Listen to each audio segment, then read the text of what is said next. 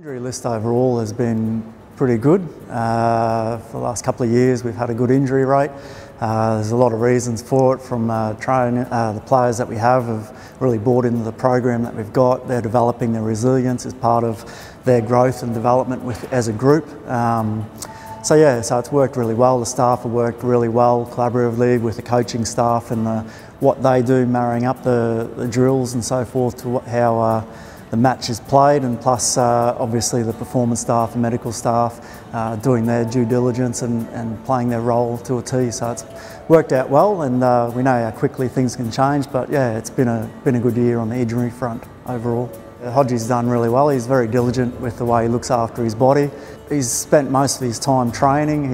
We're trying to still improve him. We'd say 34 is old, but if you look at elite runners and so forth, they hit their peak around 28, 30 and so forth. So I guess on AFL terms he's relatively old, but he's still able to play out those games and he still looks after his body quite well. Charlie Cameron, we expect to be back in the full pre-season, so he had surgery today to take out the tyres out of his foot. In the next couple of weeks he'll start running, and that'll progress quite quickly, and he'll jump on board with the rest of the players in their off-season program. And the time he gets here, we may just have to spend a bit more time with change direction and so forth with him to make sure he's all right, but we expect him to have a full pre-season. No, Charlie's been very good. It's a little bit of once you're out of the season, how else you can help a football club, and he's worked with the NEFL team on the bench and helped coaching and educating our players. And he's been extremely good at that, and he's been very diligent in his rehab program.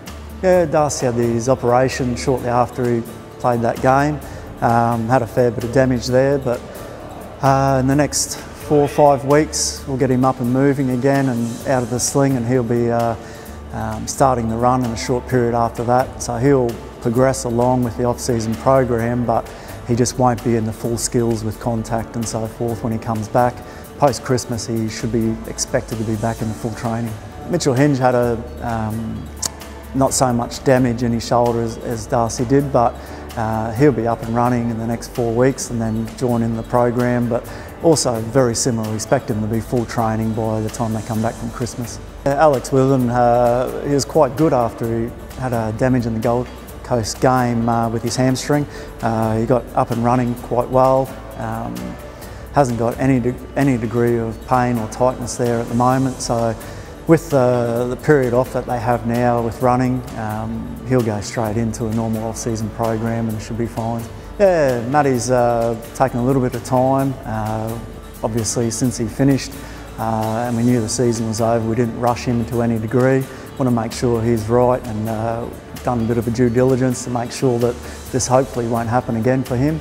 But he's up and running again, and will progress in the off-season, and once he comes back for the pre-season on the 5th November, he should be full training. Yeah, definitely. It was definitely a fair whack that Harris copped and knocked him around a little bit.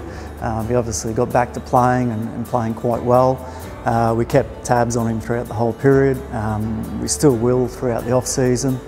Obviously it's more so in regards to the time off that he has running and training and so forth. It was more the due diligence of getting him back in the training without any soft tissue injuries or any other injury without a long period, just sitting on the bench and not doing too much. But he'll have a break the same as everyone else, do his off-season program. He's obviously not going to get any hits in the head hopefully over the off-season, and then come back to pre-season and be training. Yeah. So Jack copped a knock in the NEFL finals, so he didn't play out the game.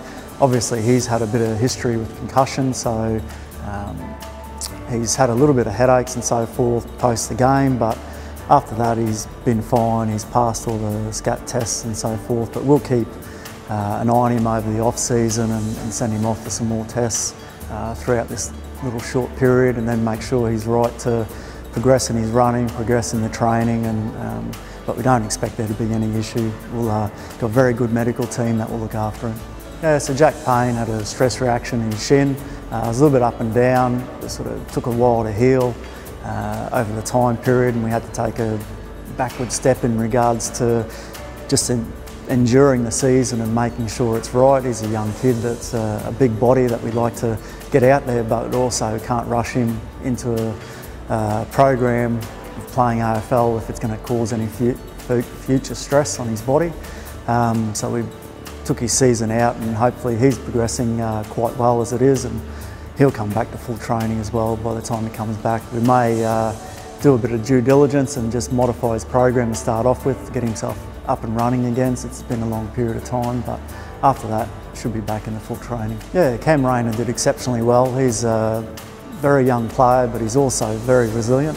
He's quite big for his age, he's quite solid, he's quite strong.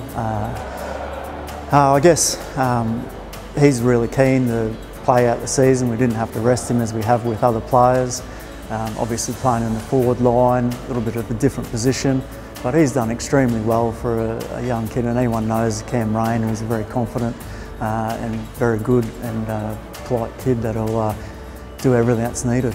The majority of our list basically ended quite well, injury-wise and fitness-wise. I think for a developing group, they've done very well, and even our older players, sitting in reviews, they're all keen to keep playing and want to play finals, and they feel like their body's able to let them, which is a real positive to hopefully have a good year next year, that we can get somewhere close to that, and know that our players are resilient enough to get through a year and then another, hopefully, a few weeks after that within the season.